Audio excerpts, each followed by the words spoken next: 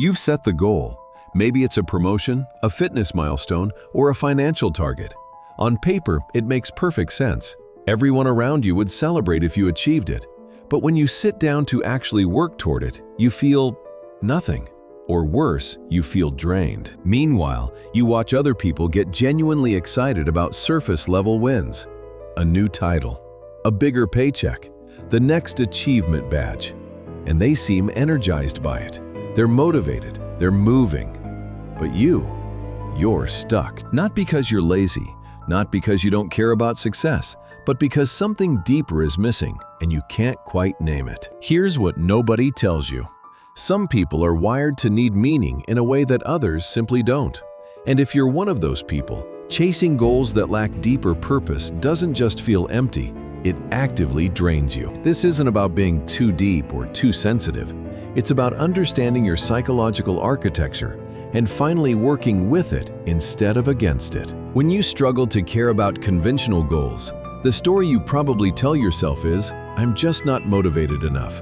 I need to try harder. I need to get it together." But what if the problem isn't your motivation? What if it's that you're trying to run on the wrong fuel? There's a concept in psychology called self-determination theory, developed by researchers Edward Deci and Richard Ryan. It identifies 3 core psychological needs that drive human motivation: autonomy, competence, and relatedness. Some people are primarily driven by external markers of success, achievement, status, and recognition. These are extrinsic motivators, and for those people, they work. But then there are people who are primarily driven by intrinsic motivators, things like purpose, growth, contribution, and alignment with values. For you, the external reward is never enough on its own. This isn't a character flaw. It's a difference in what psychologists call motivational orientation. And if you're intrinsically oriented, but trying to motivate yourself with extrinsic goals, it's like trying to charge an electric car at a gas station. The fuel source just doesn't match the engine. You need the work itself to mean something. You need to understand why it matters, how it connects to something larger, how it contributes to the world or aligns with who you are. Let's talk about dopamine, but not the way most people understand it. Dopamine isn't just a reward chemical. It's actually a prediction and motivation chemical. If you're wired for intrinsic motivation, your brain's reward system is tuned to detect meaning, purpose, and values alignment. When you pursue a goal that checks those boxes, your brain releases dopamine in anticipation. You feel energized, focused, engaged. But when you pursue a goal that's purely extrinsic, a goal that others care about, but that doesn't connect to your deeper values, your brain doesn't register it as valuable. The dopamine doesn't flow. There's no anticipatory excitement, no internal fuel. Think of it this way. If intrinsic motivation is like solar power, constantly renewing as long as you're aligned with your purpose, then willpower is like a battery. You can drain it, and once it's empty, you've got nothing left. Part of you knows you should care about this goal, so you're using willpower, discipline, and sheer cognitive effort to force yourself forward. That's exhausting. You're running on willpower alone, which is a finite resource, rather than intrinsic motivation, which is renewable. That's why shallow goals don't just fail to energize you, they actively exhaust you. Here's something that makes this even harder. We live in a culture that celebrates extrinsic achievement. Society rewards the promotion, the title, the income increase, the visible success. So when you're wired for meaning and those things don't move you, you feel broken. You feel like you're failing at life because you can't get excited about the same things everyone else celebrates. And until you recognize that, you'll keep judging yourself by someone else's scorecard. And worse, you might even feel guilty, like you're ungrateful, like you should just be happy with the good job, the decent salary, the stable life. But you're not, and that makes you feel even more isolated. But here's the truth. You're not broken. You're just playing a different game. Viktor Frankl, the psychiatrist and Holocaust survivor who wrote Man's Search for Meaning, said it perfectly. Those who have a why to live can bear with almost any how. For you, the why isn't optional, it's essential. Okay, so how do you actually work with this? How do you stop draining yourself with shallow goals and start building a life that actually fuels you? Here's your first practical tool, the meaning audit. Question 1. Whose goal is this really? Is this something you genuinely want, or is it something you think you should want? Did you choose this goal because it aligns with your values, or because it aligns with what your family, your culture, or your social circle expects? Question 2.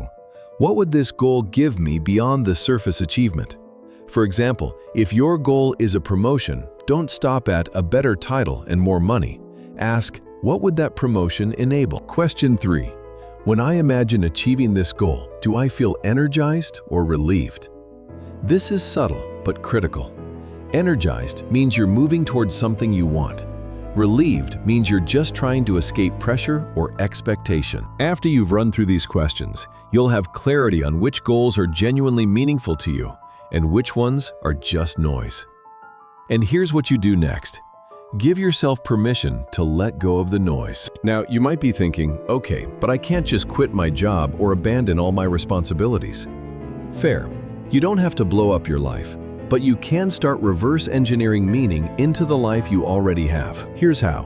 Instead of asking, what goal should I pursue? Start asking, what contribution do I want to make? Contribution is the bridge between meaning and action. Let's say you're in a job that feels meaningless. You could ask, within this current role, what contribution could I make that would feel meaningful to me? Maybe it's mentoring a junior colleague. Maybe it's improving a broken process. Here's the 3-step process. Step 1. Identify a value you care about. Step 2. Find the smallest way to express that value in your current context. Step 3. Protect that meaningful work like it's sacred. Make time for it. Prioritize it. Even if it's just 30 minutes a week, that's 30 minutes where you're running on intrinsic fuel instead of willpower. Over time, these small pockets of meaning compound. Here's a third tool, and this one's deeper. I call it the legacy question. When you're trying to decide whether a goal is worth pursuing, ask yourself, if I achieve this, will I be proud of it in 10 years? Imagine 2 career paths. One leads to a prestigious title and high income, but requires you to compromise on values you care about. The other leads to less status and less money, but allows you to do work you find genuinely meaningful. In the moment, the first path might seem smarter, but ask the legacy question. In 10 years, which choice will you be proud of? This question cuts through the noise. It helps you distinguish between goals that are about status or approval and goals that are about growth and contribution. I need to add an important caveat here. Sometimes the need for meaning can become a trap. If you're someone who refuses to do anything unless it feels deeply meaningful, you might end up paralyzed, waiting for the perfect opportunity that never comes. Meaning doesn't have to be monumental. You don't need to cure cancer or end poverty. Sometimes meaning is just showing up with integrity. Sometimes it's being kind in a small moment. Sometimes it's doing something well because excellence matters to you. Also, if you're dealing with depression, anxiety, or ADHD, the relationship with meaning can get complicated. Depression can make everything feel meaningless. ADHD can make it hard to sustain attention on long-term meaningful goals. If that's your experience, please talk to a professional. Here's what I want you to really hear. Needing meaning more than most people isn't a burden, it's a design feature. When you do find work that matters to you, you're capable of extraordinary commitment. You have depth, you have staying power. You bring a level of care and intention that others often can't access because they're not wired the way you are.